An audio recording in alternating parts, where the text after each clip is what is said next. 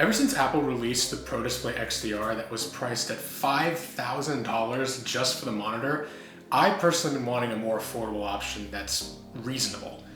And well, Apple answered that. This is Apple's Studio Display. The problem is this display stirred up a lot of controversy in the tech community because it's priced at $1,600 and it's basically a 5K IMAX display.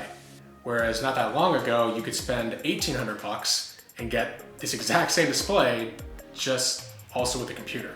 The display looks good. It's just like a 5K IMAX display. It is a little bit brighter though, about 100 nits brighter, but you don't really notice it in most conditions.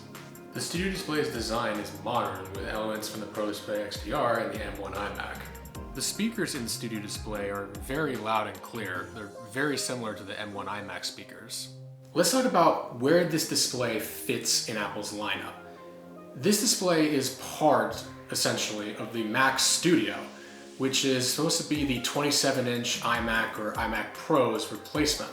Well, here's the problem with this. The 27-inch iMac started at $1,800. This display costs $1,600, and you're missing an entire computer.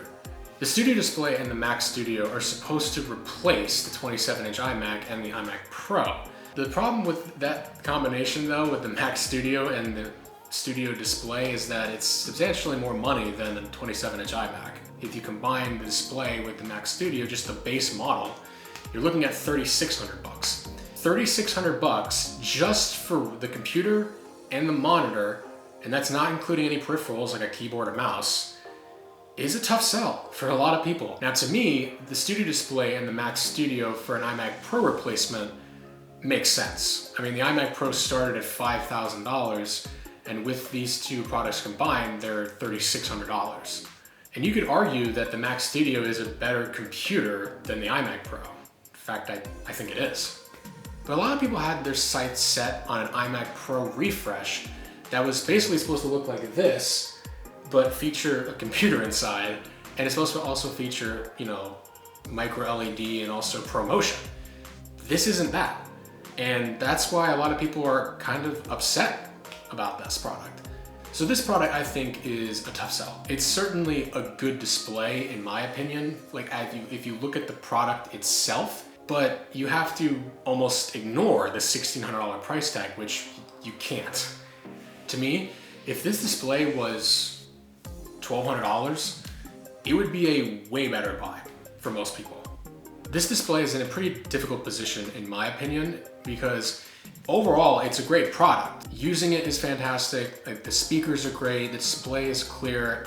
Yeah, it's missing ProMotion and it's missing a few features, but overall, the product is solid. But the downside is that you can get better displays for less, but they might not have things like macOS integration, or they might not have a webcam, or good speakers or microphones. There are rumors that Apple is going to be releasing a 27-inch display that has micro LED and possibly ProMotion, but if that's going to be another Studio Display, they should have just released it now. So I'm inclined to believe that it's not a Studio Display. I think it's a refreshed Pro Display. Think about it. That display, which is supposed to be Apple's top-of-the-line display, is $5,000, and it still doesn't feature ProMotion or micro LED. And that display very well should have those two things at that price point. So, there you go. The Studio Display is controversial, to say the least. Is it a good display for your Mac? Yes. But it's not the best bang for your buck. It ultimately comes down to what you're looking for in a monitor and what you value the most in a monitor. Thanks for watching. Be sure to like and subscribe and look out for more videos shortly.